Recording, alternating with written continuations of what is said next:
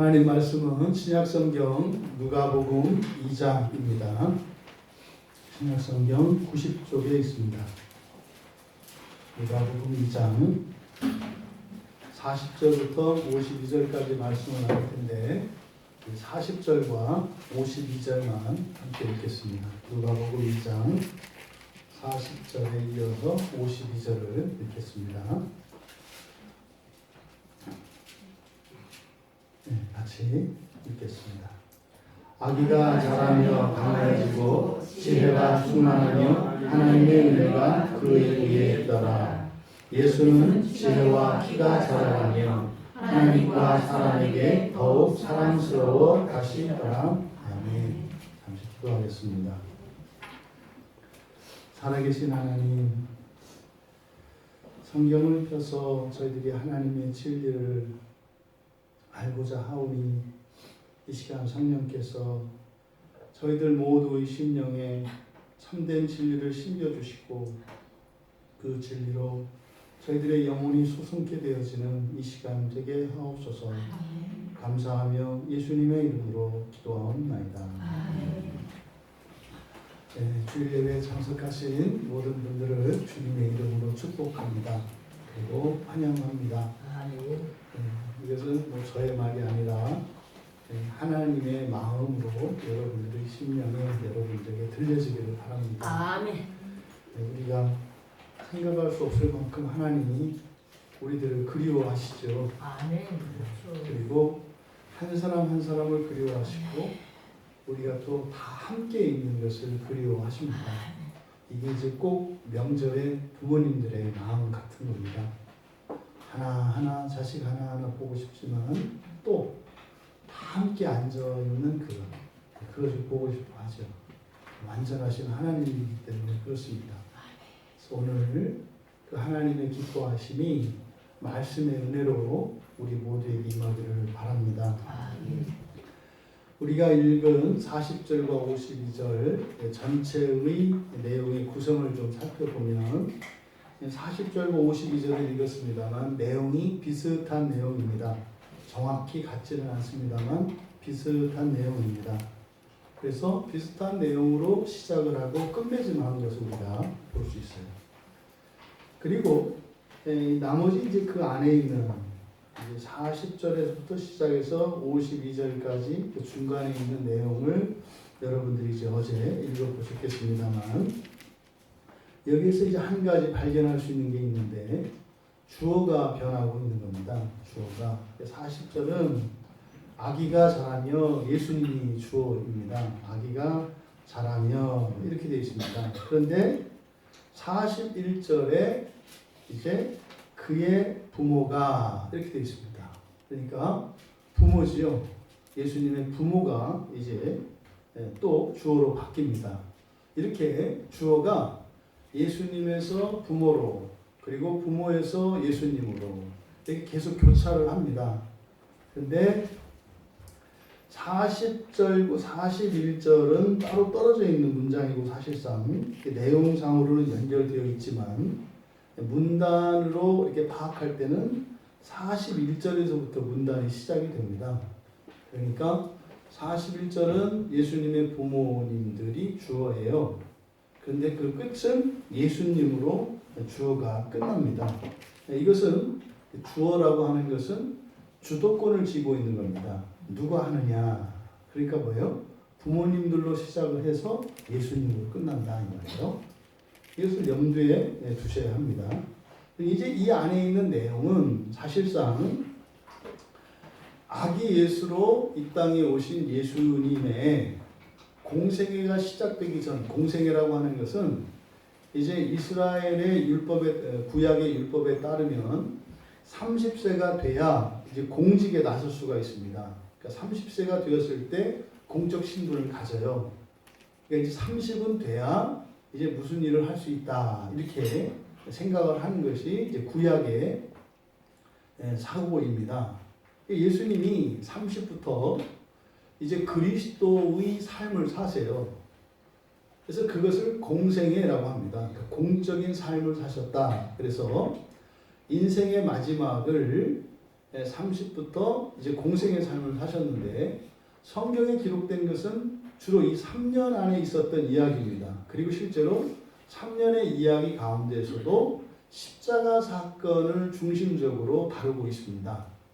그런데 우리가 오늘 읽은 40절에서 52절 이 사이는 이제 아기 예수로 태어나서 이제 어떻게 즉 공생애를 사시기까지 그러니까 요셉과 마리아의 장남으로서 그리고 남동생 여동생들의 오빠와 형으로서 그리고 그 동네의 한 사람으로서 어떻게 사셨는가 하는 예수님의 30년의 인생을 요약하고 있는 본문입니다. 그러니까 예수님이 그 공생애 이전에 어떤 삶을 살았는지에 대해서는 성경이 자세히 기록하지 않아요. 그러니까 바로 요 짧은 10절 남짓한 이 구절 안에 30년의 예수님의 인생을 요약해서 넣어놨다고요. 그러니까 이것은 어떤 목적이 있는 거죠. 그러니까 그리스도로서의 예수가 아니라 평범한 우리들과 같은 평범한 한 그리스도인으로서의 삶이 무엇인지를 보여주고 있다. 특별히 우리가 설교의 제목을 날마다 커지는 지혜와 사랑이라고 말씀을 드렸는데 이것은 그리스도인의 삶을 한마디로 요약한 겁니다. 모든 그리스도인의 삶은 바로 이겁니다. 날마다 지혜와 사랑이 커가는 거예요. 무슨 말이냐면 지난주에 여러분보다 오늘 여러분은 훨씬 더 큰 지혜와 사랑을 가지고 계시다는 거예요. 이게 그리스도인의 정체성입니다.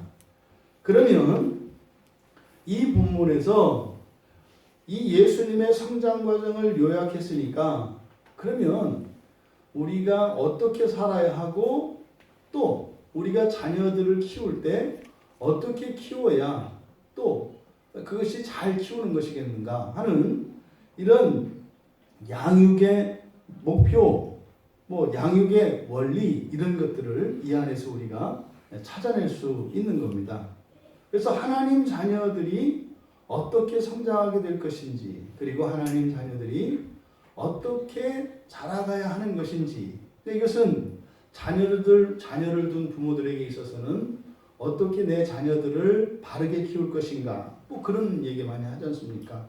성경적인 양육, 성경적인 이런 이야기를 많이 한단 말이에요. 그래서 성경적으로 우리가 자녀를 양육할 수 있는 가장 중요한 본문이 바로 여기라는 겁니다. 또 이것은 부모들이 자식들에 대해서만 그렇게 생각할 것이 아니라 본인들에게도 적용을 해야 하는 것입니다. 내가 어떻게 살아가야 하는가?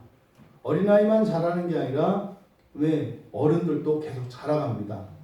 우리가 늙어진다라고 하는 것은 죄로 인해서 이 세상이 끊임없이 이렇게 자라는 것이 아니라 일정 기간이 지나게 되면 자라야 할 그것이 자라지 않고 오히려 소멸하게 되죠. 이게 죄로 인한 겁니다. 그런데 이 세상에 완전한 구원이 임하게 되면 그런 일이 없이 날마다 자라가게 되죠. 그러니까 날마다 지혜와 사랑이 커간다, 자란다라고 하는 것은 사실상 이 세상에서는 한계가 있는 일이지만 우리 그리스도인들이 살아갈 그 영생이 어떠한 삶인가를 또한 보여주는 겁니다.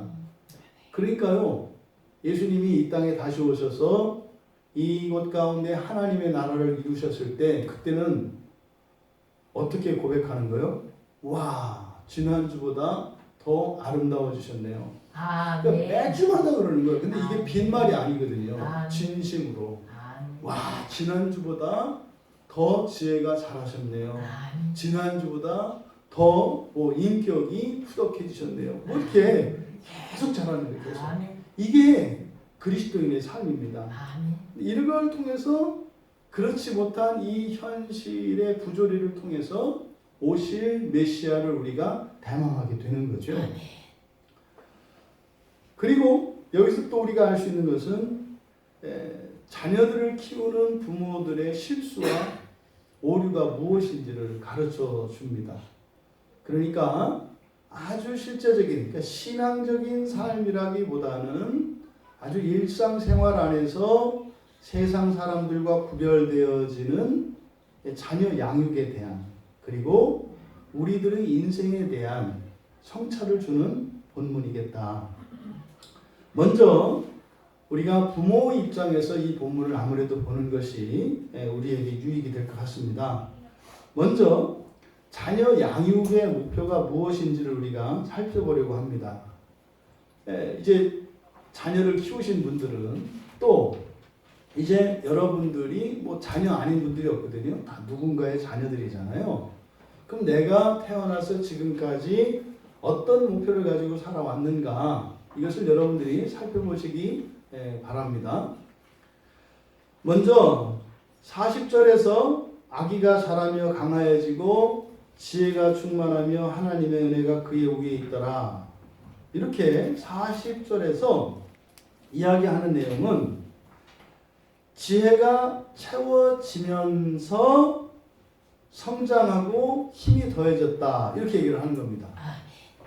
지금 우리말 성경에는 그게 자세히 이렇게 설명이 안 되어 있지만, 자라고 강화해지는 것, 이것과 지혜가 자라는 것, 이것을 분리해서 이야기를 하는데, 자라고 강화해지는 것은 자연적 성장이라고 하죠. 그러니까 그냥 아이를 낳아놓으면 크는 게 있다고, 이렇게. 나이를 먹으면 어떻게 해요? 몸이 자라고 커져요. 그리고 근데 이렇게 태어나서 뭐 큰 문제가 없으면 몸집도 커지고 이렇게 자라게 되어 있는데, 뒤에 강하여지고 라고 하는 이것은 수동태로 되어 있거든요. 그러니까 이건 뭡니까? 자라는 것은 저절로 돼요. 근데 강해지는 것은 저절로 되는 게 아니에요.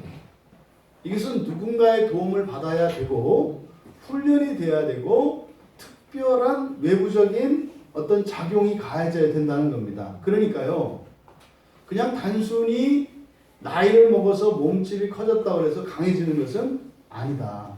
뭐 종종 요즘 청소년들에 대한 건강 조사 결과 이렇게 나온단 말이에요. 이게 치수는 커요, 다. 뭐 키도 크고 몸집도 크고, 그것도 뭐 외모도 다 예뻐 지금은. 미운 사람이 없어요. 옛날에는 예쁜 사람이 드물었거든요. 정말 드물었어요, 옛날에는. 그죠? 정말 드물었어요. 그래서 예쁘면 대단했어요. 지금은 다 예뻐서 예쁜 거 별거 아니에요. 그 지금은 중요한 게 뭐예요? 개성이에요. 또 못생긴 건 아니고. 그걸 개성으로 삼으면 돼요. 그러니까 지금은 개성이 중요한 시대예요. 그러니까 사람들이 이게 시대 감각을 잘 가지고 있어야 되는데, 옛날에는 예뻐지고 잘생겨지기를 바래요. 왜? 드물거든요, 그런 사람이. 그래서 그렇게 되면 대우를 받아요. 근데 지금은 개성이 있어야 된다고요. 근데 왜 개성 있는 삶을 못 가느냐? 두려워요. 다 예쁘고 다 멋있고 나만 안 예쁘거든요. 본인들은 그렇게 생각해요, 항상. 그래서 나만 안 예쁘면 다 예쁜데 안 예쁘니까 뒤지는 것 같아서, 우리 청년들, 청소년들은 그렇게 그 정도로 하려고 하지 말고 그걸 반전시켜라. 안 예쁘다고 생각하는 사람이 있거든. 그것을 개성으로 만들어라. 개성은 예쁜 것보다 더 위다. 이 시대를 앞서가는 사람들이 돼야 돼요. 그러니까 이게 잘하는 것은 되는데, 근데 문제는 뭐예요? 몸집은 크고 허우대가 멀쩡해. 근데 이제 운동을 해보면 이제 산에 딱 가면 표시나요. 산에 가면 앞장서는 것은 되게 나이순의 역순이에요. 되게 처음에 출발할 때는 딱 볼 때 이렇게 산에서 이렇게 올라갈 때 보면은 이제 그 노인들이나 이런 분들 보고, 저런 분들은 집에 계시지 왜 왔나 싶은 분들이 있고, 근데 이제 아주 파릇파릇한 청소년들이 있단 말이에요. 투덜대기 시작하는 거는 나이순입니다. 나이가 이를수록 투덜을 일찍 돼요. 그리고 정상에 가는 것은 연륜에 따라 올라갑니다. 이게 이 강함이라고 하는 것은 그저 외모 이런 체격과 비례하는 것은 아니에요. 그러니까요, 운동하고 말이죠. 체력 관리를 해야 그렇게 되는 거죠. 그래서 이 강함은 수동태로 되어 있다는 것. 그런데 이렇게 자라고 강해지는 것을 하나로 묶어서 자연적 성장인데, 근데 초점은 그게 아니에요. 그건 되는데 바로 지혜가 채워지면서, 여기서는 우리말 성경에서 지혜가 충만하며, 이 충만한다라고 하는 것은 완전을 향하여 채워지는 걸 말하는 거예요. 그러니까 지혜가 날마다 채워지는 겁니다. 중요한 건 이거예요. 그냥 내비둬도 다 커요, 누구나 다. 그런데 예수는 어떻더라? 지혜가 채워지면서 자라더라는 거예요. 지혜가 채워지면서 자라더라. 그리고 거기에 하나님의 은혜가 그 위에 있더라. 이게 뭐냐면 지속되는 하나님의 은혜를 이야기하는 거예요. 자연적 성장 이루어야 합니다. 그리스도인이라고 해서 이렇게 몸집도 작고 뭐 이렇게 이런 거 아닙니다. 잘합니다. 자연적으로 성장하고 건강합니다. 근데 중요한 것은 지혜와 함께해요. 지혜가 채워지면서 자라야 한다는 말이에요. 키가 내가 150이었다가 170이 됐으면은 20cm만큼 지혜가 자라야 한다 이 말이에요. 그래서 더 자란 거기에서 어디를 돌아도 지혜가 빠져 있는 곳이 없어야 한다. 게다가 하나님의 은혜가 그 위에 있더라라고 하는 것은, 그래서 은혜가 부어지는 것을 말하는 겁니다. 지속적인 하나님의 은혜를 받으면서 성장하고 강해져야 한다라고 하는 것을 40절에서 이야기하는데, 여기는요 전부 다 특징적인 게 이 본문에서 사용되어지는 동사의 시제가 미완료 시제라는 거예요. 미완료 시제라는 것은 그냥 계속되는 거 이렇게 아시면 돼요. 그러니까 미완료라는 말을 제가 하면 계속되는 걸 말하는 거예요. 계속. 그리고 아직 안 끝나고 계속되는 것을 말해요. 그리고 52절은 40절에서 시작되었던 이 이야기들, 지혜가 채워지면서 성장하고 강하여지고 그리고 하나님의 은혜가 지속되었다고 그랬는데, 52절은 지혜와 우리말 성경에 키, 그리고 은혜의, 우리말 성경에는 더욱 사랑스러워 가시더라 이렇게 되어 있습니다만 은혜입니다. 40절에 있는 은혜, 52절에도 은혜, 똑같은 은혜입니다. 근데 이것이 번역하기가 좀 매끄럽지 않으니까 이렇게 바꿔놓은 거예요. 사랑스러워 같다. 근데 은혜, 똑같이 칼 있습니다. 그러니까 52절은 지혜, 키, 은혜의 진보를 얘기하고 있어요. 40절은 계속 진행되어지는 것을 이야기하는데 52절은 진보에 대해서 이야기하고 있다. 자녀 양육의 첫 번째 목표, 이것은 계속 자라고 진보해야 하는 것입니다. 계속 자라고 진보해야 합니다. 이거는요, 이 자리에 계신 여러분들 어느 누구도 예외가 아닙니다. 여러분들은 날마다 자라가시고 날마다 진보하셔야 합니다. 진보한다 라고 하는 이 말은 그 사전적인 의미로는 길이 없는 곳에, 이렇게 이제 수풀이 가득 찬 곳이 있지 않습니까? 그 길이 없는 곳에 새로 길을 내는 것을 말해요. 그러니까 그 산속에서 옛날 같은 경우에 자기 땅이 없고 먹고 살기 어려운 분들이 산에 들어가서 산을 일구어서 밭을 만들고 거기서 농사를 지어서 먹고 사는 사람들이 있었어요. 이 사람들을 화전민이라고 합니다. 지금은 이렇게 했다면 큰일 나지만은 옛날에는 이렇게 했다고요, 실제로. 산속에 가가지고 나무 베어내고 말이죠.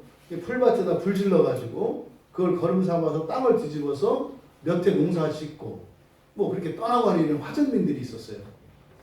그러니까 그렇게 개가 나는 거예요. 없는 곳에. 그러니까 길이 더 이상 나지 않은 곳에, 길이 끊긴 곳에 그 앞에 있는 나무들을 베어서 길을 내는 거, 이게 진보한다 라고 하는 말이에요.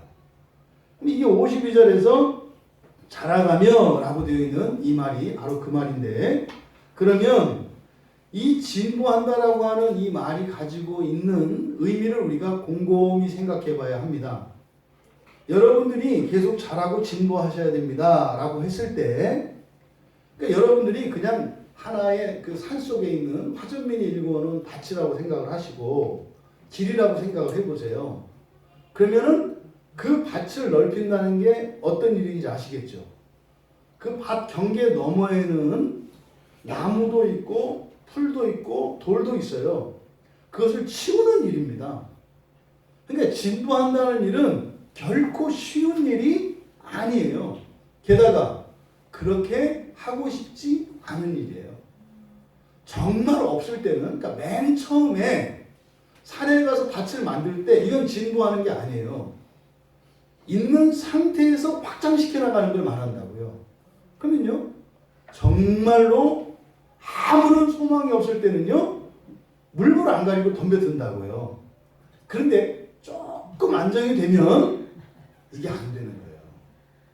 그래서 진보라는 것은 굉장히 어렵습니다. 이게 뭡니까? 우리가 얘기하는 본성의 변화고요. 팔자의 변화예요. 이게 결코 쉽게 되지 않습니다. 그는 나 자신의 유익을 위한 것인데 내가 되지를 않아요. 여기 중요한 게 뭐라 했습니까, 여러분? 일상을 지키는 거라고 했잖아요. 일상을 지켜야 진보가 일어나요. 그런 거죠. 그동안 안 하던 일을 이제 자기 개발을 위해서 시작을 했어요. 그 일을 계속하면 그 사람은 진보합니다. 아멘. 근데 문제는 어떻게 해요? 그만둔다고요. 하다 그만둔다고요. 그러니까 들었다 놨다 하는 일이 비일비재해요. 교회 안에서 그런 일들이 많습니다. 교회 안에서 사람들이 잘하지 못하는 이유는 그 진보하기 위해서는 그것을 끝까지 지켜내야 돼요. 버텨야 돼요. 그런데요, 하다가 만다고요. 하다가 만다고요. 그러면요, 진보하지 못합니다. 그래서 이 잘한다고 하는 이 의미는 굉장히 우리들로 하여금 생각을 좀 하게 합니다. 로마서 13장 12절에 밤이 깊고 낮이 가까웠으니 그러므로 우리가 어둠의 일을 벗고 빛의 갑옷을 입자, 이렇게 돼 있어요. 여기서 밤이 깊다 이렇게 돼 있거든요. 우리말 성경에 밤이 깊다, 이 깊다라고 번역된 단어가 여기 진보하다라고 하는 의미예요. 더 나아가다. 근데 여러분, 진보한다라고 하는 것은 새로운 시작을 나타내기도 합니다만 과거의 무엇이 사라지는 의미도 돼요. 만약에 악하고 부정적인 것이 있어요. 이것은 사라져야 합니다. 이게 진보하는 거예요. 그냥 그대로 있는 상태에서 한쪽만 커지는 것이 아니라 악한 것은 사라지고 선한 것이 증진되는 것이 진보하는 것이라는 말이에요. 밤이 깊고 낮이 가까웠다. 이게 무슨 말인지 아시겠죠? 밤 9시, 10시, 11시, 12시, 1시, 2시, 3시 그러면요, 새벽이 가까워지잖아요. 근데 지금 여기서 그를 깊고라고 얘기했는데 무슨 말이냐면 이 진보한다 라고 하는 의미는 또 이런 의미도 있어요. 사전적으로 쇠를 망치로 두들겨서 늘리는 거예요. 이게 진보하다라는 단어가 가지고 있는 의미예요. 그러니까 요만한 주먹만한 쇠가 있어요. 뭐 그거 할 필요 없겠네요. 그거보다 그 뭐예요? 수타면 아시죠? 중국집에서 그 손으로 만드는 면발, 그죠? 처음에 요만한 그 반죽 가지고 시작을 하거든요. 이거를 계속 늘립니다. 그래서 한 번 접고, 두 번 접고, 세 번 접고, 네 번 접고 이렇게 이제 해서 둘둘둘둘 말면 이게요, 길다란 이 맛있는 짜장면의 면발이 나와요. 요거죠. 그러면요, 그거를 무진장 늘릴 수가 있을까요? 아니, 한계가 있죠. 늘릴 수 있는 한계가 있어요. 그러니까 쳐서 늘린다고 할 때 이것은요, 길이가 늘어나면 두께는 얇아지죠. 폭도 좁아지고. 그래서 진보한다, 느린다 이렇게 할 때는 점점 길어지지만 그 끝이 다해가는 걸 의미해요. 그래서 밤이 깊다고 하는 의미가 그거다. 그러니까요, 그 로마서 13장 12절에서 표현한 건 그거예요. 그러니까 밤은 보통 인생의 어려움과 어두운 고난을 상징한다고요. 이게 여러분 가운데서도 고난이 오래 지속되는 분들이 있어요. 근데 바울 사도가 로마서 13장에서 뭐라고 한 거냐면 이놈의 고난 고통이 겁주는 거예요. 영원할 것처럼 계속되니까 이제쯤은 끝나려나 했는데 안 끝나고 계속돼요. 그러니까 어떻게 해요? 속으로는 영원할 것 같잖아요. 그럼 계속 가면 사실은 밤은 어떻게 된다는 거예요? 그렇게 계속 느리다 보면 어떻게 돼요? 없어져요. 끊어져서 없어져 버린다고. 그런데 가도 끝이 안 날 것 같으니까 우리가 어떻게 해요? 새벽을 향해서 가는 게 아니라 되돌아와요. 밤으로. 이게 인생의 고난이 고무줄처럼 사람을 가지고 장난을 해요. 고난은 끝내려면 가야 되거든요. 계속 가야 돼요. 이렇게 가서 끊어내야 되는데 일정 정도까지 가다가 더 이상 끊어지지 않겠다 하고 어떻게 해요? 원래의 생활로 돌아간다고요. 그러니까요. 고무줄이라고 하는 인생의 고난과 역경을 늘렸다, 줄였다, 늘렸다, 줄였다 이런 거예요. 여러분 진보하시는 여러분 되시길 바랍니다. 아멘. 그래서 여러분이 인생에 있는 불편하고 그리고 여러분들에게 악한 것들을 없애버리는 여러분들 되시길 바랍니다. 아멘. 그러니까 자녀 양육의 목표가 바로 이 진보시키는 거라는 거예요. 그러면 자녀들이 가지고 있는 나쁜 습관들, 약한 것들 이런 것들은 없애고요. 더 죄송합니다.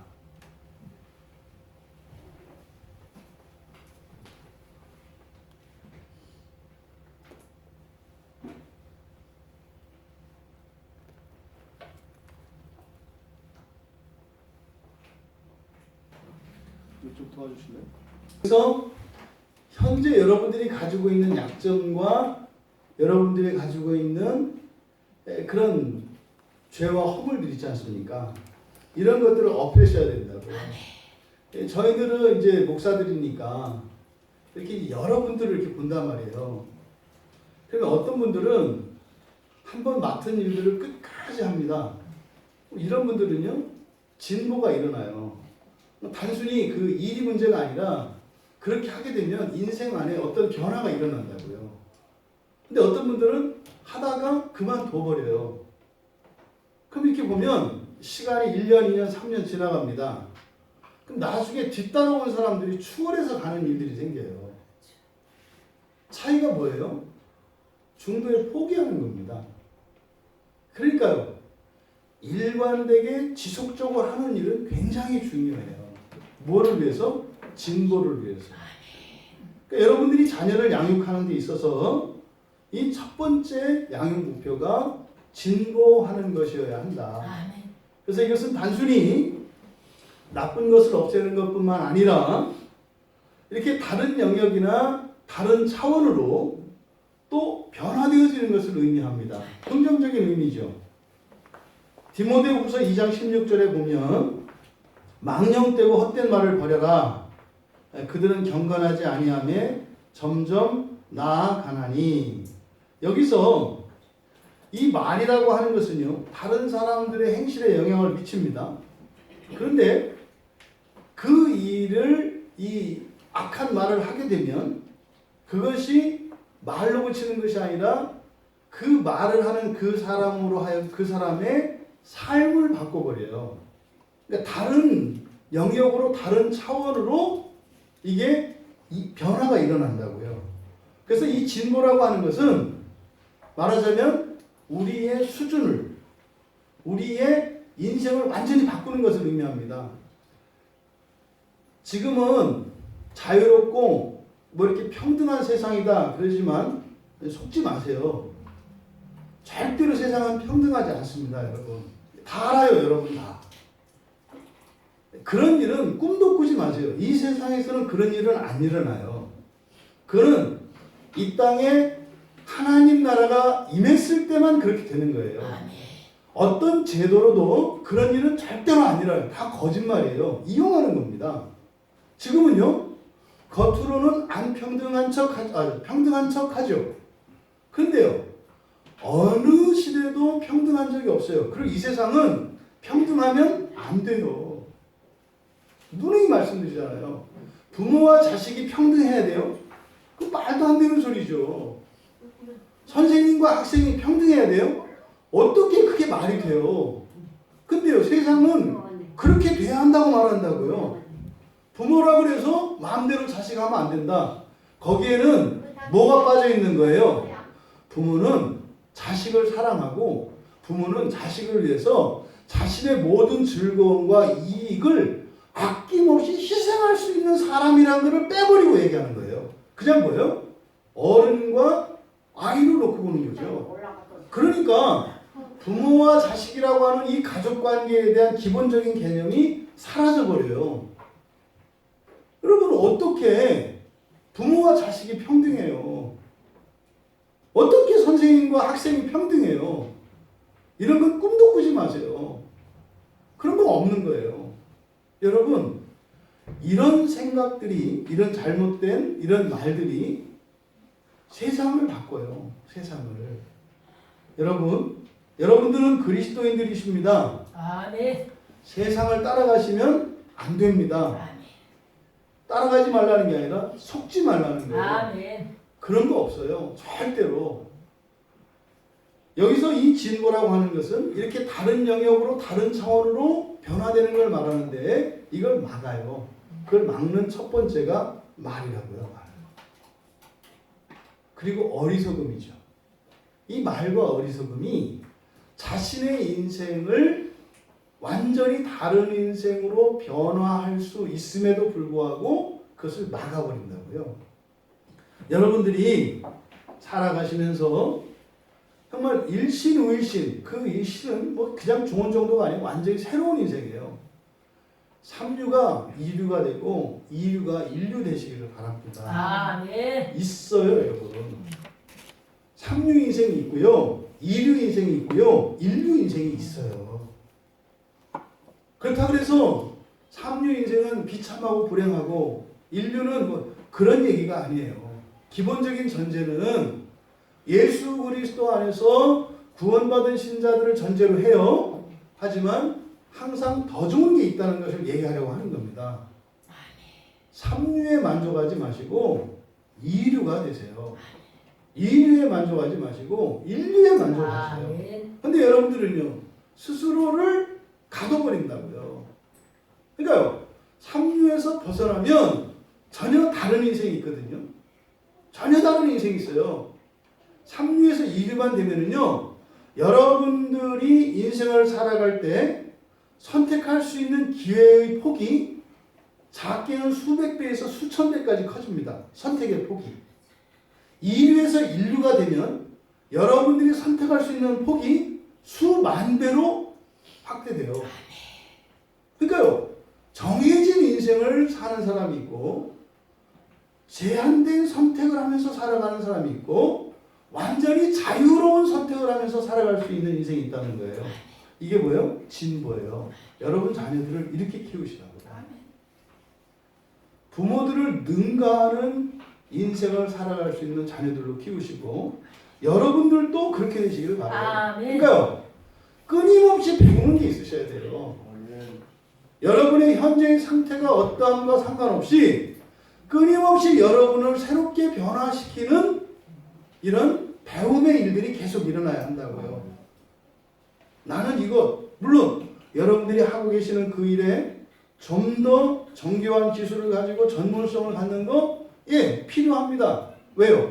그것은 예를 들어서 그 부류 안에서도 위아래가 있다고요. 또. 그 안에서도 상하, 더 높은 것과 낮은 것이 있기 때문에 그 안에서 보다 숙달시키기 위한 이런 훈련이 필요합니다. 근데 더 나아가서 그것을 뛰어넘는 다른 인생으로 나아가는 이런 공부가 반드시 필요하다. 그러니까 그냥 그대로만 있지 마시라는 거예요. 이게 자녀들을 여러분 키우실 때 반드시 아이들을 그렇게 키우셔야 되고 그렇게 가르치셔야 한다. 이것은 점점 그 사람의 인생을 바꿀 뿐만 아니라 그 사람의 주변까지 다 변화시키게 됩니다. 두 번째로 우리가 자녀를 양육시키는 데 있어서 염두에 둬야 되는 것은 또한 자연적 성장입니다. 앞에서 40절에서 이야기했던 것과 같이 이게 몸이 자라고 말이죠. 몸이 자라고 강하여지는 것. 이것은 그냥 단순히 몸은 자라겠지만 건강해지는 이것은 부모들의 도움이 절대적으로 필요해요. 지금 뭐 누누이 말씀드립니다만 이 먹거리 문제가 사실은 우리 신앙생활에 굉장히 큰 시험이고 이게 지금 우리의 장벽이거든요. 이 음식 문제가 사실은 사람 건강에 절대적인 영향을 미치거든요. 그냥 그 재래식 시장에서 그 나오는 원재료를 사다가 집에서 그 주부들의 손을 거쳐서 조리가 되어진 음식, 이것은요 현대 이 사회의 질병의 반을 막을 수 있어요. 이것만 해도 그냥 1차 재료를 사다가 그를 집에서 끓여서 먹이면 이것만으로도 질병의 반은 없앨 수 있다고요. 근데 이거를 뭐 이렇게 벌써 제가 위축이 되는데 여러분 쳐다보니까 이제 움찔움찔 하는데 이거를 어디서 조금 더 자세히 얘기하면 화학조미료 쓰지 말고, 예? 그럼 아시죠? 한 숟갈 넣으면 될 거를 갖다가 들통에다 넣고 한 대여섯 가지를 넣고 냅다 끓여야 육수가 나와요. 슈퍼에서 사다가 한 숟갈만 탁 털어 넣으면 그냥 쫙 나오는데 이게 얼마나 번거롭고 불편해요. 근데요, 이거 해야 돼요. 근데 참 어렵다고요. 거기다가요, 아이들 어려서 반드시 운동을 시켜야 되거든요. 제가 말씀드렸죠. 예전에 깜짝 놀랐어요. 우리나라에서 아주 그냥 모든 걸 잘하는 아이, 체력도 좋은 아이, 운동도 잘하는 아이였어요. 이 아이가 외국으로 학교를 가가지고 갔는데 영어 못하잖아요, 첫째. 그러니까 뭐 아무리 여기서 영어 잘해봐야 거기서는 말도 못하는 애거든요. 그래서 천재 소리 듣는 애들이 처음에 외국 가면은 말 하나 제대로 못하는 이렇게 되게 바보보다 못하는 애거든요. 이렇게 돼요. 그렇게 하다가 이제 체육 시간이 돼서 축구한다 그래가지고 내가 그동안 이 본때를 내가 보여주리라. 이래가지고서는 이 녀석이 또 축구도 잘하고 달리기도 잘하고 힘도 좋아요. 그래가지고 이제 속으로 이제 아주 기세 등등 해가지고 딱 해서 축구하시고 딱 나갔대요. 그랬더니 이제 이상한 관계가 펼쳐진 거예요. 애들이 다 쳐다보는 거예요. 운동하시는 애가 걔밖에 없어요. 축구를 맨발로 하더래요. 익숙해지더라요. 그 애들이 뭔가 이제 그 애들이 근데 그냥 하라고 그러더래요. 하는데 축구화를 신고 차는 얘보다 맨발로 차는 애들이 볼이 센 거예요. 뭔가를 보여주려고 나갔다가 완전히 망신도 최고로 망신을 당했다는 거죠. 우리나라 유학생들이 외국에 가서 공부하다가 다 실패합니다. 유학 가서 성공하는 확률은 5% 채 안 돼요. 대부분 그 나이롱이거나 뭐 이상한 방식으로 이렇게 하는 대부분 실패해요. 근데요, 실패하는 가장 중요한 이유 중에 하나가 뭐냐면 체력이에요. 체력이에요. 이틀 3일을 밤새면서 집중하려면 체력이 있어야 돼요. 우리나라 애들이 체력이 없어요. 견디지를 못해요. 이 자연적 성장에서 강화해진다라고 하는 이것은 그냥 되는 게 아닙니다. 먹거리에서부터 이러한 체력 단련에서부터 이러한 모든 것들이 포함되는 거예요. 이것이 우리들의 자녀 양육의 목표에 들어가야 한다는 것입니다. 근데 이것을 52절에서는 뭐라고 얘기했냐면 키라고 했어요. 키라고 번역한 이것은 완전히 잘못 번역한 거예요. 키는 이 키가 아니라 헤리키아라고 하는 말인데요. 이건 나이라는 뜻이에요. 나이, 정년기, 성인 이런 뜻이에요. 우리나라 20살이 되면 성인 되잖아요. 그 연령을 말하는 거예요. 연령. 이게 이제 헤리키아입니다. 그러니까 이것은 나이에 따른 나이다움이라고 할 수 있어요. 그러니까 5살 먹었으면 5살 또 꺼졌어요. 5살 먹은 아이의 체력과 그 5살 다움이 있어야 한다는 거예요. 20살 먹었으면 20살 먹은 체력과 20살 다움이 있어야 한다는 거예요. 이게 지금 헤리키아입니다. 보세요. 20살인데 이제는 7살, 8살 같은 짓을 해요. 이게 지금 오늘날 대부분에 일어나는 일들이에요. 나이 20살 정도 되시면 청년이거든요. 청년이면은요, 자기 인생을 주도적으로 다 알아서 할 수 있는 나이예요. 20살 정도 되면. 그럼 뭐예요? 누군가가 자기에게 부당하게 누명을 씌우거나 이렇게 하면은 그것에 대해서 정당으로 법적으로 대처하고 자기 변호를 하고 할 수 있는 나이라고요. 근데 지금 우리나라에 20살을 한번 봐보세요. 뭐 15살 먹은 거나 20살 먹은 거나 말 안 듣는 것만 더 안 듣지 하나도 달라질 게 없어. 그러니까 나이 먹었다는 이유가 말 안 들어도 되는 벼슬이야. 그러니 부모들은 나이 안 먹는 게 좋아 차라리. 그렇다고 내버릴 수도 없고. 이 다음이에요 다음. 이게 뭐 청년들 문제입니까? 40살이 됐어요. 40이면 공자가 불혹한다 그랬어요. 불혹이면 뭡니까? 미혹되지 않는다는 거예요. 물론 기죽을 건 없어요. 공자도 절대로 40살에 불혹되지 않았어요. 많이 미혹 당했어요. 그러니까 그냥 로망이었어요. 그렇게 되기를 바랬던 것 뿐이에요. 어쨌든 40에 불혹이래요. 저도 40에 불혹에 발꿈치도 못 미쳤습니다. 근데 그건 그만두고 나이 40 정도 됐으면 뭐 자기 인생에 대해서 그리고 그저 나 하나만을 위해서가 아니라 좀 이웃을 돌아보고 살아갈 수 있는 이런 어른다움과 멋스러움과 이런 게 있어야 되는 거 아닙니까? 그러니까 아니 뭐 저 동생을 둔 지성이가 지민을 시샘내서 뭐 기어다닌다고 하더라고요. 밥 나올 때. 나도 애기다 이거죠. 저거는 다운이 아니야. 지성이로서 딱 그러면은 할머니 제 동생을 더 이뻐해 주셔야 돼. 이렇게 가야 이게 오빠 다운이지. 이게 지금 헤리키아다. 여러분 이거 진지하게 생각하셔야 돼요. 우리 성훈이하고 지연이가 이제는 부부가 됐는데 진짜 다워야 되거든요.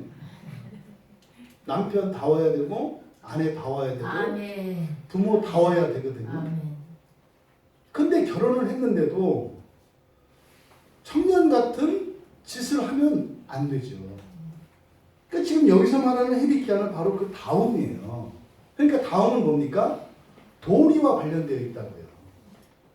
10살은 뭐 하는 건지, 20살은 뭐 하는 건지, 30살은 뭐 하는 건지, 40살은 뭐 하는 건지를 가르쳐야 한다고요. 언제? 어렸을 적부터 이걸 가르쳐야 해요. 그래서 그 나이가 되면 그 노릇을 할 수 있도록 가르쳐야 한다. 그래서 이 키, 이것은 다움이고 성숙을 의미하는 겁니다. 그래서 그 연령대의 그 연령의 아름다움을 나타내는 것, 이것이 성숙이다. 이게 지금 안 돼서, 그러니까 공부하느라고 10살 때 이렇게 못 놀으니까 30살, 40살 돼서 놀잖아요. 이런 일들이 일어난다니까요, 실제로. 그러니까 또 뭐요? 너무 또 부모들이 이렇게 철없이 구니까 애들이 또 부모 노릇을 해요. 이것도 다운 게 아니에요. 아이 때는 아이다워야 되고 어른 때는 어른다워야 한다. 이것을 가르쳐야 돼요. 우리나라는 근데 옛날에 어떻게 했어요? 무조건 어른스러운 거를 좋게 가르쳤어요. 애들이 이렇게 뭐 자기 이렇게 원하고 이렇게 하면은 뭐 혼내고 애들이 이렇게 엄마 아빠 하는 거 따라하니까 칭찬해요. 그러니까 애들이 뭐예요? 이 유아기 청소년기에 누려야 할 이 즐거움과 기쁨과 행복이 없어요. 왜요? 어른 노릇 하느라고. 이게 이제 착한 병 걸린 사람들이 가지고 있는 특징이에요. 그 사람들 안에 보면은요, 어렸을 때 채워지지 못한 이런 욕구들에 대한 갈증이 있다고요. 노릇하느라고. 그러니까 무조건 잘 키워라 이것이 아니라 그 나이 때 또 그 상황에 맞춰서 그 도리를 다할 수 있는 그것들을 우리가 가르쳐야 한다. 그 다음 세 번째로 아니죠. 우리가 또 이렇게 자녀들을 키우는 데 있어서 우리가 또 키워야 되는 자녀의 목표는 무엇이냐면 은혜의 지속되는 은혜입니다. 40절에서 하나님의 은혜가 그 머리 위에 있더라 이렇게 말을 했지 않습니까? 그러니까 은혜가 머리 위에 있을 수 있도록 이건 무슨 말입니까? 이 신앙이에요. 신앙. 1차적으로. 신앙에 대한 교육과 신앙의 전수가 반드시 있어야 한다는 거예요. 반드시요. 은혜 아래서 떠나지 않도록 그 은혜 안에 둬야 된다고요. 이것이 52절에서는 관계와 사랑의 확장으로 이어져요. 그러니까 40절에서는 그 은혜가 머리 위에 있더라, 은혜가 그 위에 있더라 이렇게 얘기를 했는데 52절에 가면 뭐라고 돼 있어요?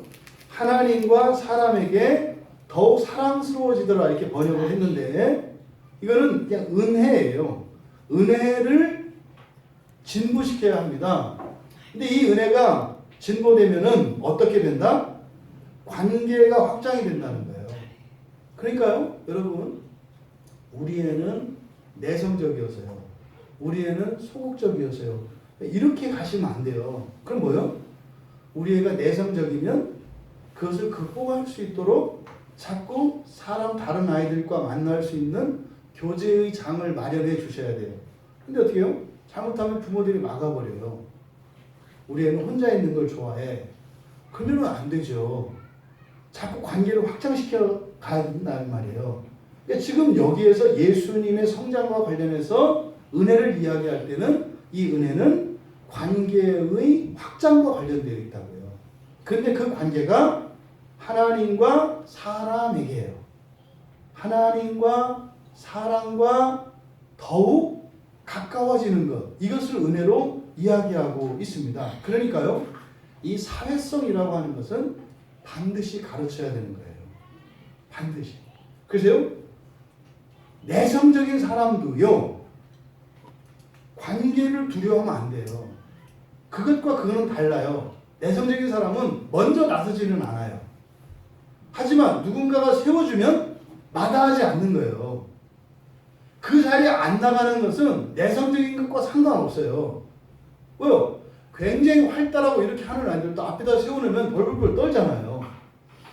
이거는 내성적이냐 외향적이냐의 문제가 아니라 또 다른 문제다. 뭐예요? 교육이 안 됐기 때문에 그래요. 조용조용한 아이들이에요. 평소에 말 수도 없어요. 그럴 수도 있어요. 그런데요, 예를 들어서 무슨 회의 시간이 되거나 무슨 뭐 일을 할 때 어떤 자리가 맡겨져요. 아, 저 못해요. 이게 아니라 그냥 이거 맡겨주면은 그냥 하는 거예요. 하는데 어떻게 해요? 조용히 그 일을 잘 감당하는 거죠. 외향적인 애들은 하는데 떠버리면서 하는 거고, 내향적인 애들은 조용히 하는 거. 그 차이예요. 그러니까 다 한다 이 말이에요. 근데 내성적이면은 아예 안 나서는 것, 이게 아니다 이 말이에요. 사회성은 반드시 가르쳐야 돼요. 왜요? 하나님 나라의 중요한 삶의 원리가 뭐예요? 더불어 함께해요. 거기서 혼자 사는 게 없다고요. 그러니까 이 은혜, 여기에서 다루고 있는 이 은혜의 측면은 사회성입니다. 관계. 근데 이것이 어떻게? 사람과 하나님 사이의 균형을 잃어버리지 않는 거예요. 하나님과 가까워지고 사람과 가까워지는 거. 누누이. 부부들에게 제가 반드시 꼭 얘기합니다. 부부가 더 사랑하고 싶고 더 가까워지고 싶습니까? 부부가 각자 하나님께 가까이 나가십시오. 아멘. 그만큼만 가까워졌습니다. 그만큼만. 하나님과 관계없는 사람의 관계의 진전은 누군가의 수고와 희생과 용납으로 이루어지는 거예요. 그는 반드시 다음날 값을 치러야 돼요. 반드시 치러야 돼요. 그런데 하나님과 각자가 가까워지면서 그 효과로 두 사람이 가까워지는 것은 절대로 공로도 없고 대가도 없어요. 그리고 이거는요, 영원히 불변해요. 교회 안에서도 그런 일을 많이 경험합니다. 교회 안에서도 이게 교인들끼리 이게 개인적인 친밀감을 누리는 사람들이 있어요. 있잖아요. 다 조금씩 다르잖아요. 신앙과 상관이 없는 친밀감은 반드시 이 다음에 그것으로 인해서 가슴을 치는 날이 옵니다. 원래 의도에 때문에 반드시 그런 날이 와요. 사회에서도 마찬가지입니다. 그러니까 세상은 다 알아요. 친구하고 적이 따로 없다. 이해관계만 다를 뿐이다. 그러니까 친구 삼으려고도 말고 원수 삼으려고도 말고 너무 그거 가지고 이렇게 얽매이지 마라. 세상 사람 다 안다고요. 그러니까 그거 아는 사람들이 이제 교회 들어와서 적당히 가운데 타고 가는 거예요. 친한 건 아닌데 안 친한 건 아니어서. 그러니까 뭐요? 미워할 일도 없고 좋아할 일도 없는. 이게 잘못된 거다 이 말이에요. 이 관계의 확장을 위해서 하나님의 은혜가 반드시 필요하다는 사실, 이것을 여러분들이 기억하셔야 합니다. 이게 자녀를 양육하는 기본적인 목표입니다. 기본적인 목표. 그런데 여기 보면 부모들이 해야 될 일이 있고 또 하나님이 은혜를 베풀어 주셔야 되는 일이 있고 또 저절로 되는 일이 있다는 거예요. 그러니까 저절로 되는 일은 저절로 되게 내버려 두면 돼요. 그리고요, 부모가 해야 될 일은 부모가 해야 되는 거예요. 하나님이 은혜를 주셔서 해야 될 일은 하나님이 은혜를 주셔서 해야 되는 일이에요. 이 영역을 분명히 인식하고 있어야 합니다. 이걸 막 넘어가면 안 돼요. 그런 거죠. 아니 엄마 아버지가 키가 145, 150인데 애를 왜 180을 만들려고 그래요.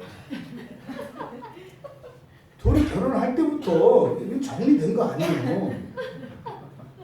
그럼 151만 돼도 이건 감사한 거지. 그러니까 145 정도 예상하고 이렇게 살면 되는 거 아니에요. 그러니까 아예 자기 140, 150이 합쳐서 160을 만들어 보겠다고 어려서부터 그냥 뭐 온갖 짓을 다 해. 그거는 저절로 되는 거니까 내비둬라. 내비둬라. 할 일은 뭐다? 강하게 하는 거. 강하게 하는 거. 그리고 뭐요? 답게 하는 거. 답게 하는 거. 그리고 이 답게 하는 거에 제가 하나 빠뜨렸는데 지혜입니다. 소피아. 52절에 가면 지혜가 나오잖아요. 지혜와 키가 자라며 이렇게 돼 있지 않습니까? 그리고 40절에서도 지혜가 충만하며, 지혜가 뭡니까? 이게 소피아라고 하는 말인데 이 지혜는 그러니까 철학을 영어로 필라소피 이렇게 얘기합니다.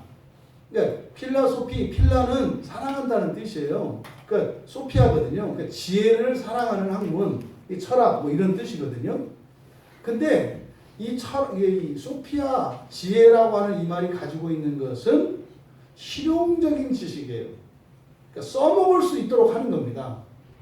그런 거 누누이 말씀드리잖아. 어떤 사람은 많이 알아. 어떤 사람은 적게 알아. 다른 사람이 보기에는 이 사람이 많이 아는 것 같아. 그러니까 적게 아는 사람이 많이 아는 사람보다 더 많이 아는 것 같을 때가 있죠. 이게 뭐의 문제예요? 지혜의 문제예요. 그러니까 지식을 가지고 활용할 수 있는 능력이에요. 활용할 수 있는 능력.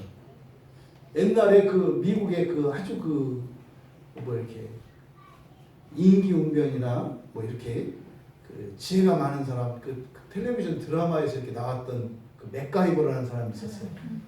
뭐 그 사람 뭐 아무나 가지고도 아무거나 다 해. 요게 지혜예요, 지혜. 그러니까 여성들에게 지혜가 필요하면 뭐예요?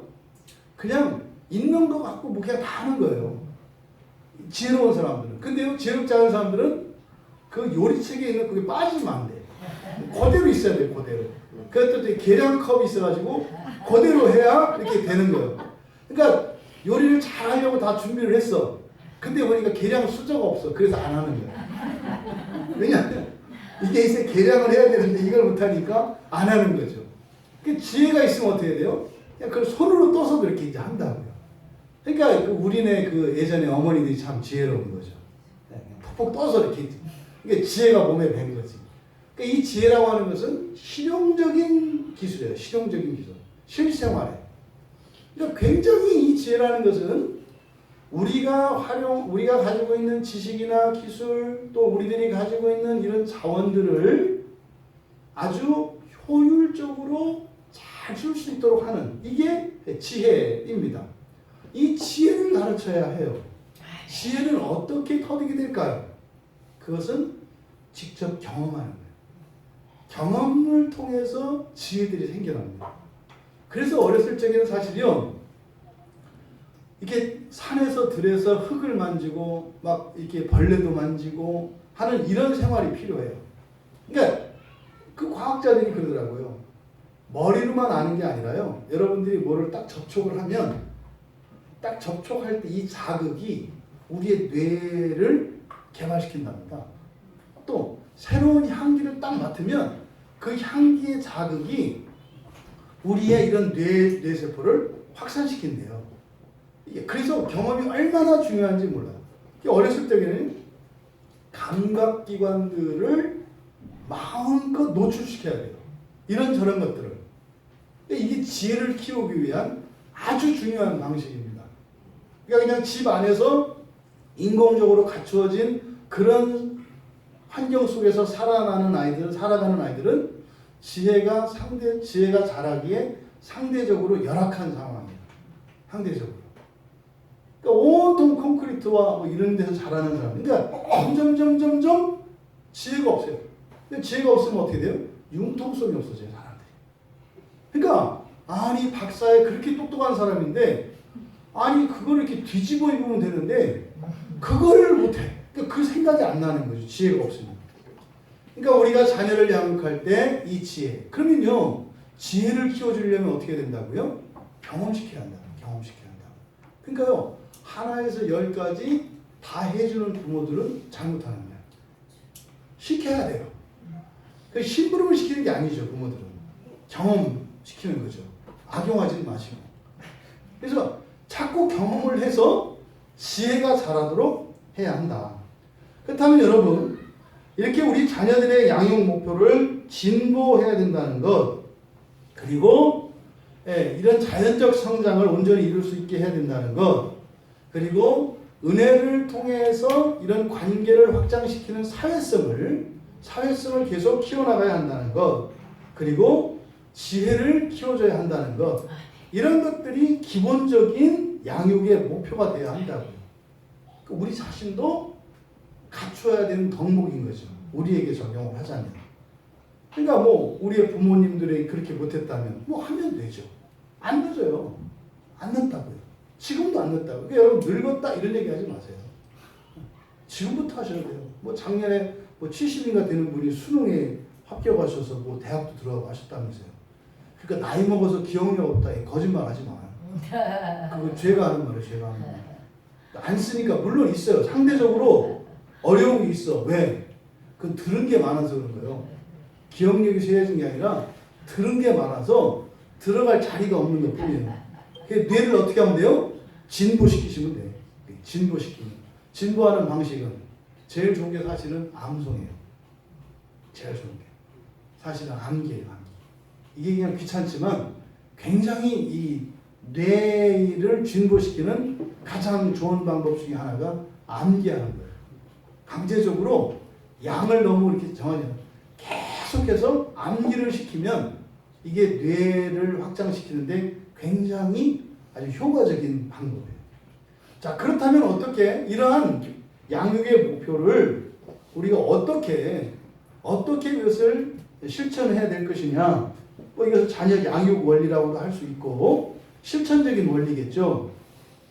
앞서서 우리가 지혜에 대해서 얘기를 했습니다만 첫 번째로는 실천적인 신앙 교육이 필요합니다. 여기서 실천적이라는 게 중요해요.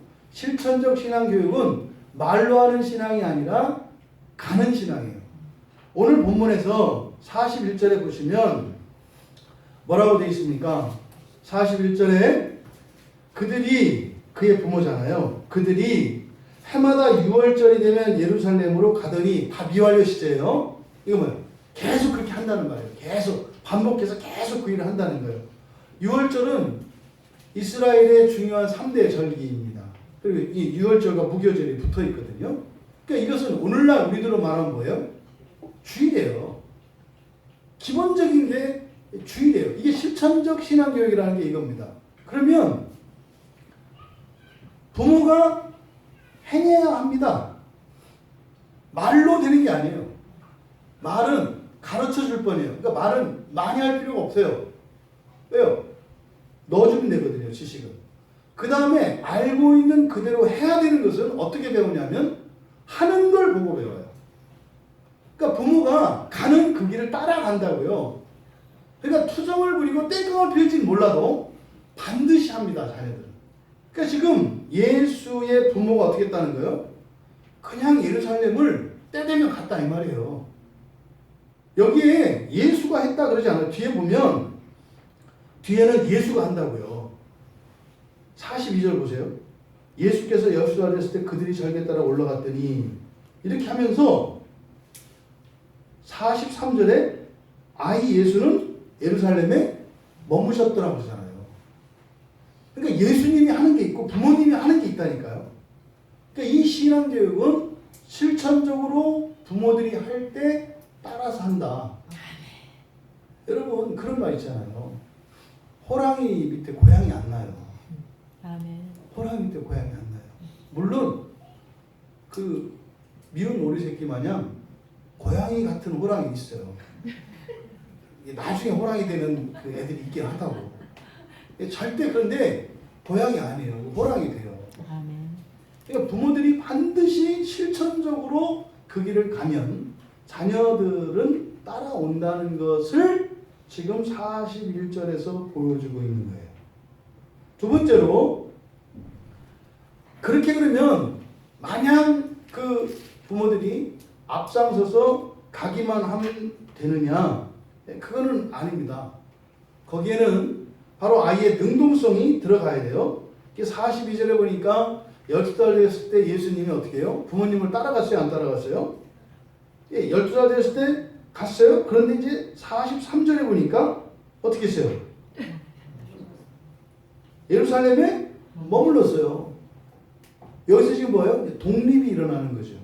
독립이 일어나는 거라고요. 그러니까 언젠가는 아이들을 어떻게 해요? 독립시켜야 한다고요. 독립적인 신앙을 하도록 해야 한다고요. 이게 이제 보통 어렸을 때 계속 데려다 다니다가 이제 몸부림, 우리 교회도 몇 있어요, 애들. 걔들은 어떻게 해야 돼요? 할 수 없어요. 안 따라가요. 그냥 내비둬야 돼요. 물론 지금 예수님의 경우는 잘한 거고 우리 애들은 못하는 경우인데, 그러니까 어쨌든 이런 과정은 필요해요. 그래서 자기 주도적이고 독립적인 그 신앙을 가지게 됩니다. 사실 이때 뭐가 생길까요? 지성적인 판단이 생기는 거예요. 왜요? 부모 따라 하다가 부모 따라 안 해보니까 아, 부모님 따라 하는 게 맞구나라고 인격적으로 동의를 하게 돼요. 그러면 비로소 아는 게 진짜 아는, 이게 뭐예요? 야다예요. 구약에서. 경험적인 암. 경험적인 암. 그래서 모범을 보여주고 지식을 가르쳐주고, 하지만 이것을 본인이 직접적으로 주도적으로 이렇게 실행함으로써 지성적인 판단력을 가질 수 있도록 해야 한다. 거기다가 이렇게 지성적으로 이렇게 해야 되겠다라고 하는 판단이 있었고, 또 그냥 그러면은 뭐랬어요? 뭐 어머니, 아버지, 저는 예루살렘에 남아 있을게요. 이렇게 한 게 아니라 어떻게 했어요? 그냥 남아 있었잖아요. 그러니까 뭐예요? 일 낸 거라고요. 일을 낸 거예요. 일을 낸 거니까 뭐예요? 이거는 자유의지죠. 자유의지가 생겨난 거예요. 그러니까 우리 같으면 이게 말도 안 돼. 이제 이 경우에는 잘한 경우니까 괜찮지만, 이거 뭐예요? 집을 나가버리든지 뭐 이런 거, 이게 자유의지라고요. 그 내비둬라 이런 게 아니라 이런 자유의지를 존중해줘야 한다고요. 존중해줘야 한다고요.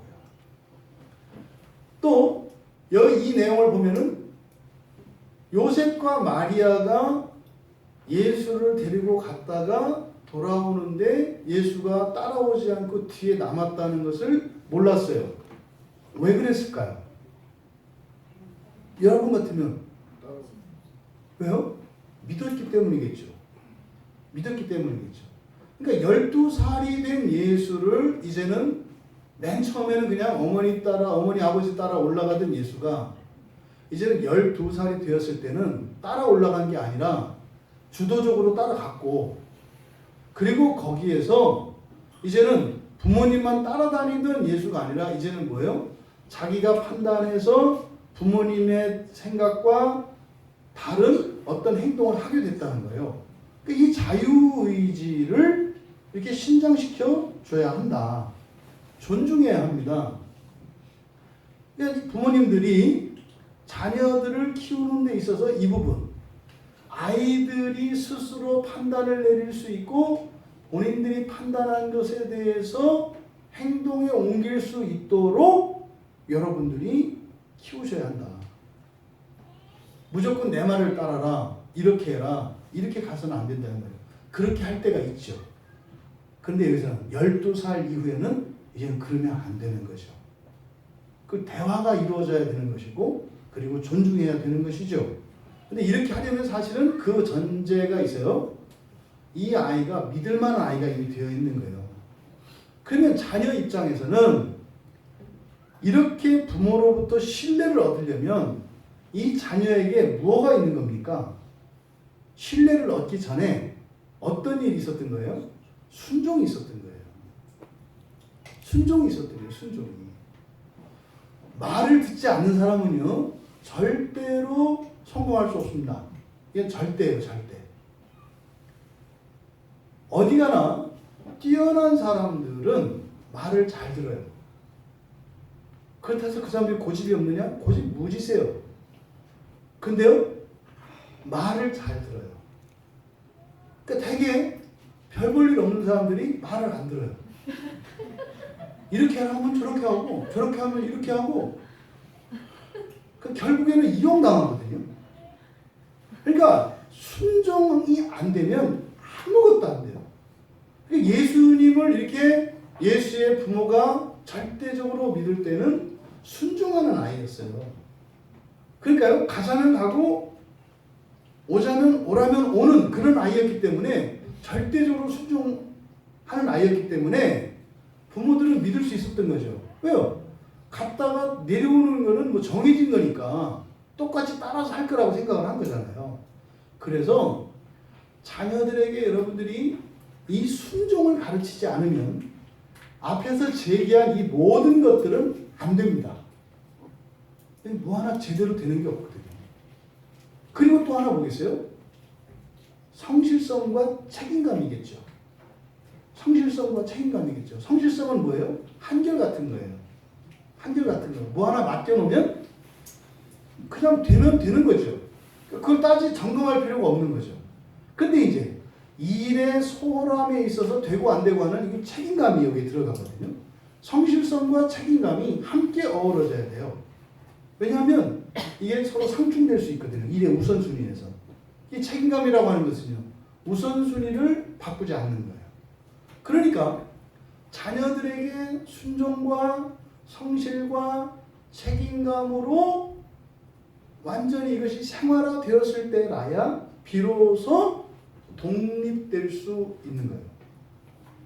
이게 되어 있지 않은 상태에서 독립을 되면 인생은 돌장 다 본 거예요. 그건 절대로 인생이 이렇게 덕스럽지 않습니다. 임기응변으로 살아가는 인생밖에 안 돼요. 그러니까 성경에서 이야기하는 순종이라는 것은 단순히 말을 들으라가 아니에요. 인생의 질을 결정한다고. 보세요. 이 세상에 그래도 좀 이렇게 열심히 살고 사람들한테 인정받는다는 사람, 다 공통적인 게 뭐예요? 다 순종할 줄 아는 사람들이에요. 다. 그리고요, 한결같은 성실성 있는 사람들이고, 또 자기에게 맡겨진 그 일들을 끝까지 온전히 하는 책임감이 있는 사람들이라고요. 이 일들이 반드시 자녀들에게 가르쳐야 됩니다. 그러니까 이것은 양육의 원리예요. 이게 안 되면 안 된다 이 말이에요. 그 다음에 이렇게 자녀들의 이런 실천적인 신앙 교육 안에, 그리고 자녀들을 주체적이고 독립적으로 살아갈 수 있도록 하는 이런 원리, 그 안에 바로 지성적인 판단과 이런 자유의지를 개발하고, 그 다음에 책임감과 이런 순종, 그리고 성실성, 이것이 반드시 그 안에 구비되어 있어야 한다. 여러분들에게 요 내용들의 결함이 있으면 지금 여러분이 성인이 되었어도 이것 때문에 몹시 불편을 겪게 됩니다. 이거는 해결되지 않고서는 절대로 안 됩니다. 이거는 반드시 해결돼야 되는 원리인 겁니다. 다음 세 번째로는 이렇게 독립성을 띠고 이제는 이렇게 독자적으로 독립시켜 줘야 되겠습니다만 하지만 부모들은 지속적으로 돌보아야 한다는 것입니다. 어느 순간 됐으니까 네가 다 알아서 해라 이런 건 없다는 거예요. 부모와 자식의 관계는 그런 게 아닙니다. 너무 지나치게 매이는 것은 문제가 되지만 부모들은 평생 동안 자식을 돌보는 겁니다. 근데 돌보는 방식이 다르죠. 나중에 이제 자식들이 결혼하고 나면 그 다음부터 할 수 있는 돌봄은 자식 노릇하게 하는 거예요. 이제 해주는 게 아니라 자식이 자식 노릇 할 수 있도록 하는 게 자식을 돌보는 거예요. 그러니까 자식들이 해야 될 일은 하도록 하는 거예요. 그래요. 중요한 것은 그들을 위해서 기도하는 거죠. 반드시 해야 되는 겁니다. 이것이 부모들이 지속적으로 해야 되는 돌봄입니다. 하지만 한계를 반드시 인정하셔야 돼요. 반드시 인정하셔야 돼요. 그리고 자녀들이 하려고 하는 것을 막거나 그것을 바꾸려고 해서는 안 됩니다. 일정 나이가 되면 바꾸면 안 돼요. 의견을 개진할 뿐입니다. 그리고 그것을 받아들이는 취사 선택은 자녀들에게 맡기셔야 돼요. 이거를 바꾸면 안 됩니다. 그럼 아이도 병들게 되고 본인은 멍들게 돼요. 말 안 들을 게 뻔하거든요. 말 안 들을 게 뻔히 알면서도 계속 말해요. 계속 말하고 씩씩거리고 와가지고 남편한테 화풀이하고. 그 남편은 친구 만나서 이상한 얘기야. 이게 이렇게 되는 거죠. 한계를, 그리고 사람이 할 수 있는 한계가 있고 하나님만이 하실 수 있는 절대적인 영역이 있다는 것을 잊으시면 안 돼요. 그래서요, 기도는 빼면 안 돼요. 자녀들을 위해서 기도를 멈추는 부모는 아주 악한 부모입니다. 매를 내고 이런 게 악한 게 아니라 자녀들이 잘 되기 위하여 기도하지 않는 부모는 가장 악한 부모입니다. 왜요? 그건 자기가 힘도 안 들여도 돼. 자기가 하는 것보다 더 잘 되게 할 수 있어. 근데 기도를 안 해요. 악한 거죠. 그래서 부모는 죽는 날까지 자식들을 위해서 기도해야 합니다. 마지막으로 부모들의 실수와 오류가 있습니다. 자녀들을 키우면서 이렇게 자녀에 대한 신뢰와 부모의 의무를 혼동하는 겁니다. 자녀에 대한 신뢰와 부모의 의무와 책임을 혼동하면 안 돼요. 이게 사실 지금 예수를 놓쳐버렸잖아요. 예루살렘에서. 이거는요, 마리아와 요셉이 실수한 겁니다. 이렇게 되면 안 됐죠, 사실은. 그러니까 예수님의 성품상 일부러 뒤처지진 않았을 거예요. 아마 찾으려고 했을 겁니다. 근데 그날은 인산인해를 이루기 때문에 찾기가 쉽지 않을 겁니다. 고민을 분명히 했을 겁니다. 아버지 어머니를 찾아서 따라서 내려가야 되나? 남아있어야 되나? 고민을 했을 겁니다. 근데 그 얘기는 뭡니까? 그냥 이제 내비쳐 둔 거예요. 요셉과 마리아 됐어. 우리 예수는 믿을만 하잖아. 이렇게 해서 망하는 거예요. 선생님들의 가장 기본 원칙. 학생은 절대로 믿으면 안 된다는 거죠. 얘는 공부를 잘하는 애고 열심히 하는 애니까 숙제를 해왔을 거야. 그 틈새를 노리고 안 한다는 거.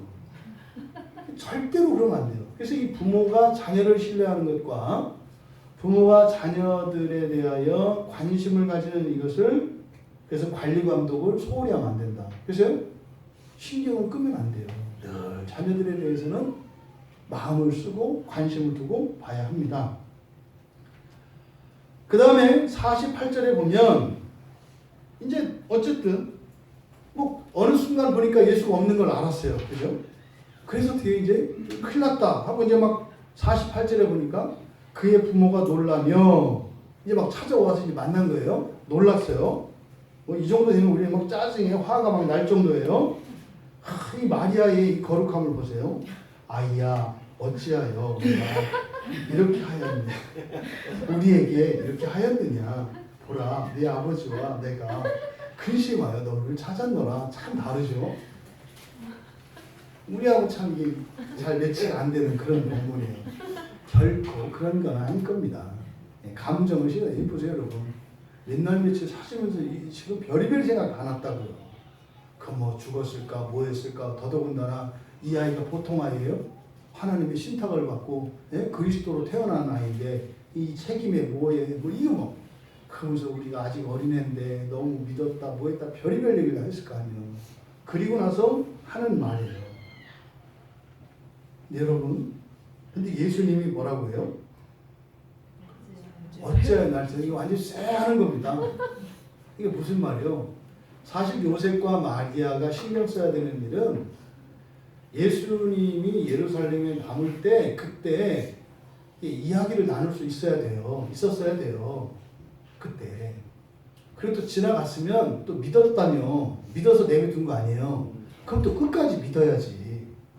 앞에 믿어서 남겨놓은 건 뭐고 또 나중에 와서 이 난리를 치는 건 또 뭐냐 이 말이죠. 그러니까 여기서 나타나는 건 뭐예요? 불필요한 근심 걱정입니다. 불필요한 근심 걱정. 이건 뭘까요? 자기 기준으로 생각을 하는 거예요. 여러분 자식들이기 때문에 부모보다 못한 점이 많아요. 하지만 여러분 기억하셔야 돼요. 여러분 자녀들은 여러분보다 더 나은 점이 있어요. 애들이 말이 안 통하니까 말을 안 할 뿐이에요. 자식들이 더 나은 게 있어요 분명히. 근데 우리는 고집이 있잖아요. 그리고 우리는 특히 예수 믿는 사람들은 이 자기 확신이 강해. 이 진리 아니요. 또 동기도 선하잖아요. 사랑이잖아요 우리는. 그리고 뭐요? 나 잘 되자고 하는 게 아니라 자식 잘 되고자 하는 거잖아요. 모든 게 선하잖아. 절대적이지. 너만을 위한 거지. 이건 틀림없는 거야. 그때 뭐요? 너만 말을 안 듣는. 물론 그럴 때도 있지만 자녀들이 부모를 능가하는 부분도 있다는 사실을 여러분들이 간과해서는 안 돼요. 그러니까요. 늘 귀 기울여 들어야 합니다. 마음을 담아서 들어야 합니다. 그러면 여러분들도 자녀들에게 배울 수 있다는 사실을 잊으시면 안 돼요. 자녀들 뿐입니까? 예? 우리 승현이한테도 배울 게 많잖아요. 네? 지난번에 그 설교 막 이렇게 하다가 찬양 설교 대신 찬양 듣자고 하니까 왜 그러냐고 물어보잖아요. 제가 많이 배웠어요. 그러면 안 된다는 거. 이 세상 모든 사람에게 배울 수가 있어요. 자녀들에게 배우셔야 합니다. 그리고요, 여러분 기억하셔야 합니다. 49절에서 예수님께서 내가 내 아버지 집에 있어야 될 줄 알지 못하셨나이까? 여러분 자녀들의 진짜 아버지는 하나님 아버지인 걸 잊으시면 안 돼요. 아멘. 우리의 자녀들은 하나님으로부터 사명을 받으면 그 사명을 따라 반드시 떠나야 될 자녀들이라는 것을 잊으시면 안 돼요. 영원히 내 품의 자식으로 두려고 하는 생각은 부모들이 하기 쉬운 실수입니다. 뭐 마리아나 요셉 뒤에 50절에 보면은 깨닫지 못했다 이렇게 얘기하거든요. 우리들도 예외는 아니죠. 여러분 자녀들은 언젠가 떠나보내야 합니다. 독립시켜서 떠나보내야 합니다. 하지만 그렇다고 해서 우리가 관심을 끄고 그들의 돌봄이 중단되는 것은 아니다. 다만 지속적으로 돌보는 방식이 달라져야 되는 것이다. 그 돌봄을 받는 것은 자식으로 하여금 자식 노릇하게, 그리고 그들을 위하여 기도하고 또 여러분들의 지식을 나누어주는 정도이겠지요. 그리고요, 쓸데없는 걱정은 아무런 도움이 되지 않는다.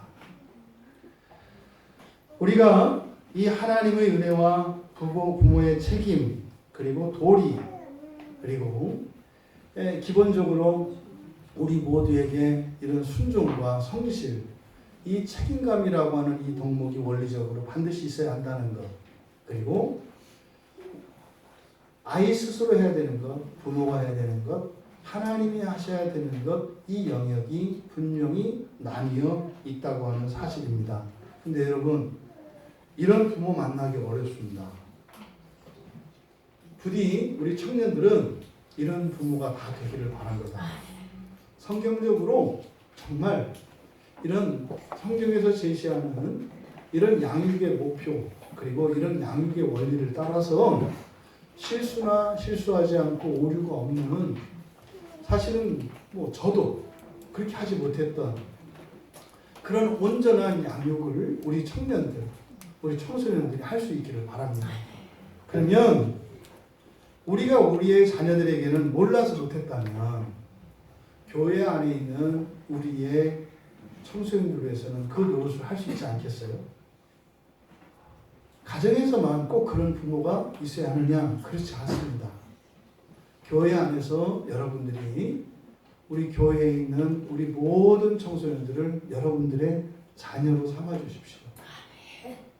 그래서 여러분들의 모범을 통하여 우리의 자녀들이 바른 길을 갈 수 있도록 영적인 부모가 되어 주시길 바랍니다. 그러면 가정적으로 좀 다른 이런 것들이 크게 문제가 될 게 없습니다. 오히려 그 자녀들을 통하여 그 부모들이 세워지는 일들도 일어나지 않겠습니까? 또 우리가 이미 어른이 되었다고 해서 어른이다 이렇게 하지 마시고 배우는 데 있어서는 또한 자녀가 됩시다. 그래서 서로가 서로의 부모가 되고 자녀가 되어줘서 우리들이 제대로 잘하지 못했던 우리의 과거의 삶들을 과거의 인생을 바르게 세워나갈 수 있게 되기를 바랍니다. 그래서요 교회는 된다고 하는 거예요. 실천적으로 여러분 교회는 여러분 그냥 출근부직을 오시는 거 아닙니다. 또 다른 여러분들 가정 안에 넘치는 것도 있지만 모자라는 것도 있습니다. 하지만 우리 모든 교인들의 가정의 총유로서 이 교회로 모여지면 좋은 것들이 연합이 되면 완전한 가정은 이 안에 있습니다. 있어요. 여러분들이 여러분의 몫을 한다면 교회는 모든 교회는 완전한 가정의 원형이 있습니다. 그래서 여러분들이 그냥 개인적으로가 아니라 또 너와 나로 나누지 마시고 또한 이렇게 신앙 안에서 영적인 가족으로 온전한 가정의 원형 그러면요 모두가 다 그런 가정을 가진 사람이 되잖아요. 그러니까 교회 나가는 사람은 그렇게 건전하고 건강하고 온전한 가정을 다 가지는 게 돼요. 그래서 우리 개인의 이런 결핍이나 이런 게 전혀 문제가 되지 않는단 말이죠. 그러니까 가정적으로 이러한 일들은 이런 영적인 전쟁과 이런 상황과 굉장히 복잡하기 때문에 풀어내기 어렵습니다. 하지만 우리가 교회가 온전한 교회가 됐다면 이 교회를 통해서 이 가정의 연약함들이 세워져 갈 것이다. 그 은혜를 우리 모두 누릴 수 있게 되기를 바랍니다. 날마다 커지는 지혜와 사랑이 우리 각자에게 특별히 우리 자녀들에게 또 앞으로 태어날 모든 우리 신앙의 자손들에게 이루어지기를 주님의 이름으로 축원합니다.